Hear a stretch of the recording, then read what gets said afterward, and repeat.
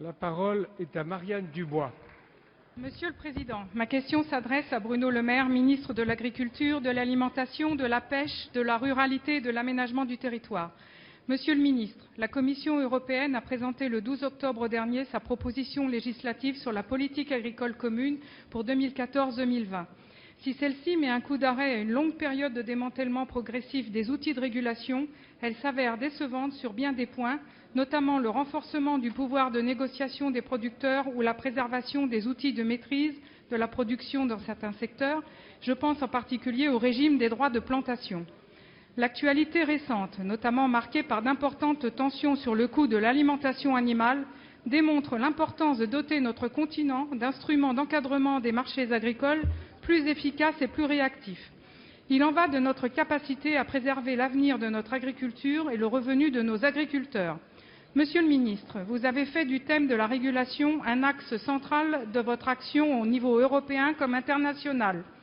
Dès décembre 2009, vous réunissiez à Paris 22 ministres de l'agriculture européens autour d'un appel en faveur d'une PAC forte.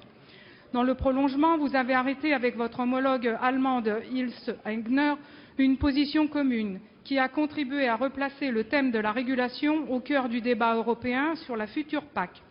Grâce au succès du G20 agricole de juin dernier, que vous avez organisé sous l'autorité du Président de la République, vous avez montré que la nécessité de lutter contre une volatilité excessive du prix des matières premières agricoles faisait désormais consensus au-delà même des frontières de l'Europe.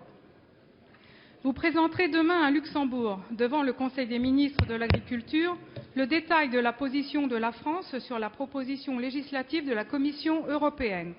Pouvez-vous livrer à la représentation nationale les grandes lignes de cette position et nous éclairer sur l'équilibre des forces au sein du Conseil concernant cette négociation essentielle pour l'avenir de notre agriculture? Je vous remercie. Monsieur le ministre de l'Agriculture, de l'Alimentation et de la Pêche.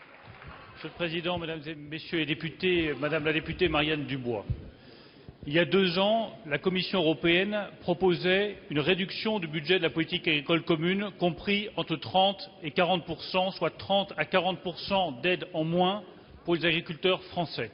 Aujourd'hui, après 2 ans de négociations, la Commission a accepté la proposition française de négocier sur la base du maintien du budget de la politique agricole commune à l'euro près. C'est une première victoire que nous avons emportée.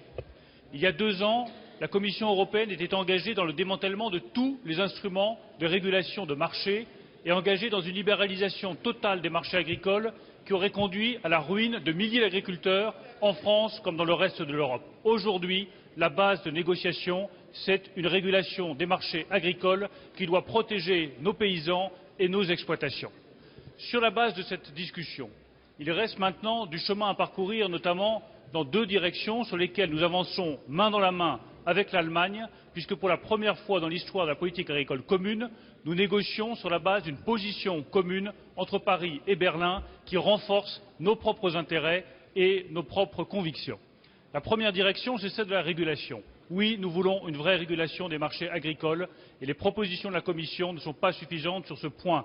En matière de droits de plantation viticole, par exemple, il n'est pas question que nous acceptions la libéralisation des droits de plantation. Nous voulons le maintien des droits de plantation qui signifie la qualité des vins français. La deuxième direction dans laquelle nous devons avancer, c'est celle du verdissement de la politique agricole commune.